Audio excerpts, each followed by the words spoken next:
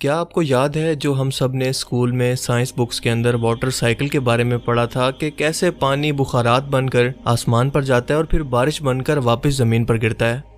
اس سب کو پڑھ کر میرے مائنڈ میں ایک سوال پیدا ہوا کہ آخر زمین پر پانی آیا کہاں سے؟ کیونکہ آج کی موجودہ سائنس بھی یہی کہتی ہے کہ زمین پر موجود تمام قیمتی منرلز اور خاص طور پر پانی زمین پر موجود نہیں تھا بلکہ آسمان میں کہیں سے اتارا گیا،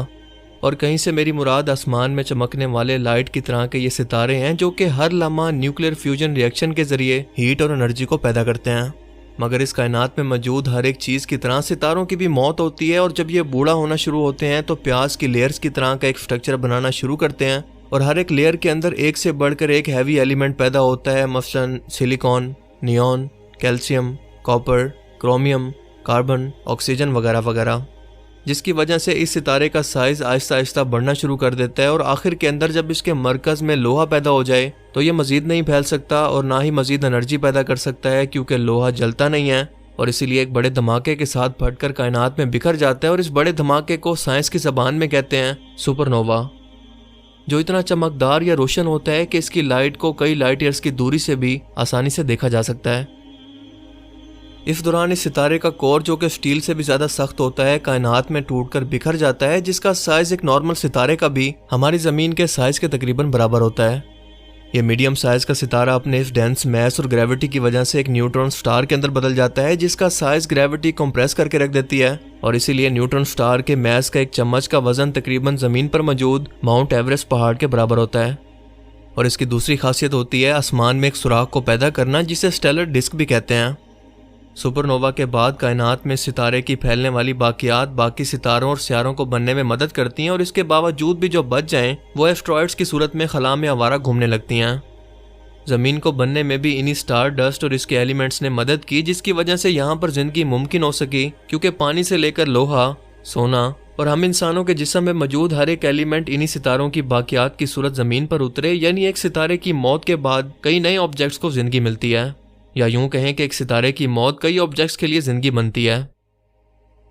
2014 کے اندر ایسٹرو فزکس جرنل کے اندر ایک ریسرچ پیپر پبلش کیا گیا، جس میں بتایا گیا کہ ان مردہ ستاروں کی یہ سٹار ڈسٹ کوئی عام مٹی یا دھول نہیں ہوتی، بلکہ سیمنٹ کی طرح کا ایک میٹیریل ہوتا ہے جیسے ہم زمین پر بلڈنگز بنانے میں استعمال کرتے ہیں، اور یہ پانی کے ساتھ مکس ہو کر مزید سخت بن جاتا ہے۔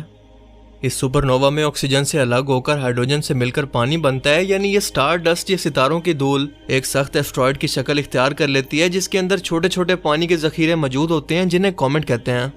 سائنٹسٹ کے مطابق یہی سٹار ڈسٹ جس کے اندر پانی موجود تھا اس وقت زمین پر گرتے رہے جب ہماری زمین ابھی بننے کے عمل میں تھی، جس نے ایک طرف تو زمین پر پانی اسی سٹار ڈسٹ کی وجہ سے مسلسل بارش کی صورت میں پہنچایا، اور دوسرا ایسے ہی کومٹس کی شکل میں جو اس وقت آ کر زمین سے ٹکرائے اور ان کے اندر زندگی کی شروعات کرنے والے تمام اہم ترین ایلیمنٹ موجود تھے، تاکہ یہ ٹھنڈا ہو کر یہاں پر سمندر بنا دے، جس سے پہلے سنگل سیل کی صورت زندگی کی شروعات ہوئی۔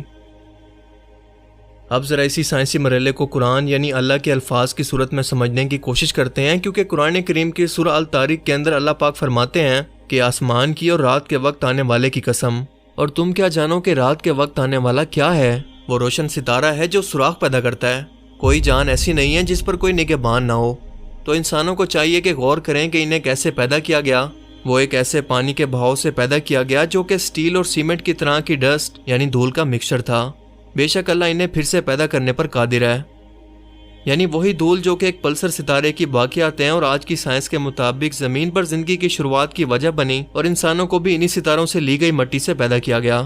یعنی ہم سب زندہ مخلوقات اور ہمارے آس پاس موجود چیزیں سب ستاروں کی باقیات ہی ہیں، جیسا کہ مشہور ماہر فلکیات کارل سیگن کا کہنا تھا کہ ہم سب ستاروں کی باقیات سے ہی بنے ہیں۔ یاد رکھیں کہ یہ سب آج کی موجودہ دور کی سائنس کی تحقیقات ہیں، اور اس پر یقین کرنا مشکل ہے کہ آج سے 1400 سال پہلے نازل ہونے والی الہامی کتاب کے اندر یہ سب حقائق کیسے بیان ہو سکتے ہیں جن کا ذکر اور مقصد ہمیں آج سمجھ میں آ رہا ہو۔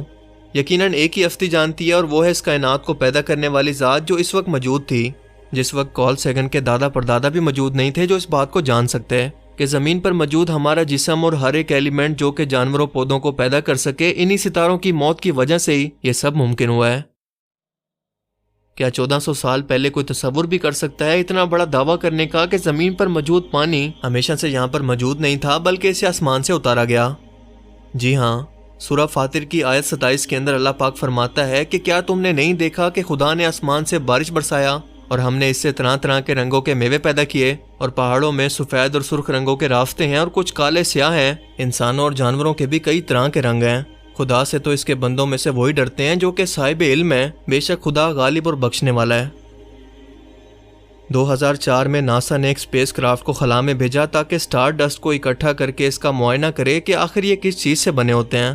یہ ایک انتہائی اہم مشن تھا کیونکہ اب تک ہم انسانوں کو یہی لگتا تھا کہ یہ ستاروں کی دھول یا سٹار ڈسٹ صرف سیمنٹ کی طرح کا کوئی سخت اسٹرکچر ہوتا ہے، جیسا کہ ایسٹرائڈ، میٹرائٹ یا کومٹ کی شکل میں زمین پر گرتے رہتے ہیں جو صرف تباہی پھیلاتے ہیں، زندگی کو پیدا نہیں کر سکتے۔ اینڈریو ویسٹ فیل جو کہ اس مشن کو لیڈ کر رہے تھے، ان کا کہنا تھا کہ ہم ایک کومٹ کے سیمپل کو اکٹھا کر کے اسے زمین پر لائیں گے تاکہ اس کا اچھی طرح سے معائنہ کر سکیں، کیونکہ مجھے یقین ہے کہ انہی کے اندر ہم انسانوں کی پیدائش کا راز چھپا ہوا ہے کہ ہم انسان کیسے اور کس چیز سے مل کر بنے ہیں۔ اور مسٹر ویسٹ فل بالکل ٹھیک تھے، کیونکہ اس تجربے کے دوران انہیں کچھ ایسا حیرت انگیز جاننے کو ملا جس نے ان کے ہوش اڑا دیے، کیونکہ انہیں پتہ چلا کہ یہ سیمنٹ کی طرح دکھنے والا اسٹرکچر دراصل اپنے اندر ایک چپچپا پن رکھتا ہے جو کسی آرگینک مٹیریل سے ہمیشہ کور رہتا ہے۔ یہ بہت سافٹ ہے، جس کی کوئی ایک مخصوص شیپ بھی نہیں ہے، یعنی اسے آسانی سے کوئی بھی شیپ دی جا سکتی ہے۔ یہ کالے سیاہ تارکل کی طرح دکھتا ہے، مگر کسی حد تک اس کی خاصیت زمین پر موجود سیمنٹ کی طرح جڑنے جیسی ہے۔ یہ ایک بہت ہی حیرت انگیز کھوج تھی، اور انسانوں کو لگا کہ آخرکار انہوں نے اپنی شروعات اور اپنی بناوٹ کو جان لیا ہے۔ وہ سمجھ چکے ہیں کہ انہیں آخرکار کس چیز سے بنایا گیا، مگر ایک نظر ذرا قرآن کریم کی اس آیت پر ڈالیں تو پتہ چلے گا کہ قرآن کریم تو آج سے 1400 سال پہلے ہی نہ صرف یہ بتا رہا ہے کہ انسانوں کو مٹی سے پیدا کیا گیا، بلکہ اس مٹی کی خصوصیات بھی بیان کر رہا ہے۔ سوچیں اس وقت کے انسانوں کے لیے صرف یہی کہہ دینا کیا کافی نہیں تھا کہ انسانوں کو مٹی سے پیدا کیا گیا، لیکن اس کی خصوصیات بتانے کا مقصد دراصل کیا ہو سکتا ہے؟ مقصد یہی تھا کہ اگر یہ لوگ نہیں تو ان کی آنے والی نسلیں ان نشانیوں کو سمجھ کر اپنے رب کو پہچانیں۔ قرآن کریم کی سورہ روم کی آیت 20 کے اندر اللہ پاک فرماتا ہے کہ اسی کی نشانیوں میں سے ہے کہ اس نے تمہیں ڈسٹ یعنی مٹی سے پیدا کیا، پھر اب تم انسان ہو کر جا بجا پھیل رہے ہو۔ اس کے بعد سورہ صفات کی آیت 11 کے اندر اللہ پاک فرماتا ہے تو محمد صلی اللہ علیہ وآلہ وسلم ان سے پوچھو کہ ان کا بنانا مشکل ہے یا جو مخلوقات ہم نے بنائی ہیں ان کا بنانا؟ انہیں یعنی انسانوں کو ہم نے چپکنے والی مٹی سے بنایا۔ اس کے بعد سورہ ہجر کی آیت نمبر 26 کے اندر فرمایا اور ہم نے انسان کو کھنکھناتے کالے مٹی کے گارے سے پیدا کیا۔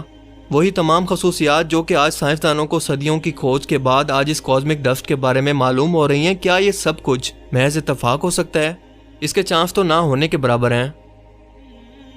تو سوچیں کہ کیا اب بھی کوئی اس قرآن کے ایک ایک لفظ کے سچا ہونے اور اس کا رب کے بھیجے کے پیغام ہونے پر اعتراض کر سکتا ہے؟ اللہ تعالیٰ ہمیں سمجھنے کی اور عمل کرنے کی توفیق عطا فرمائے، آمین۔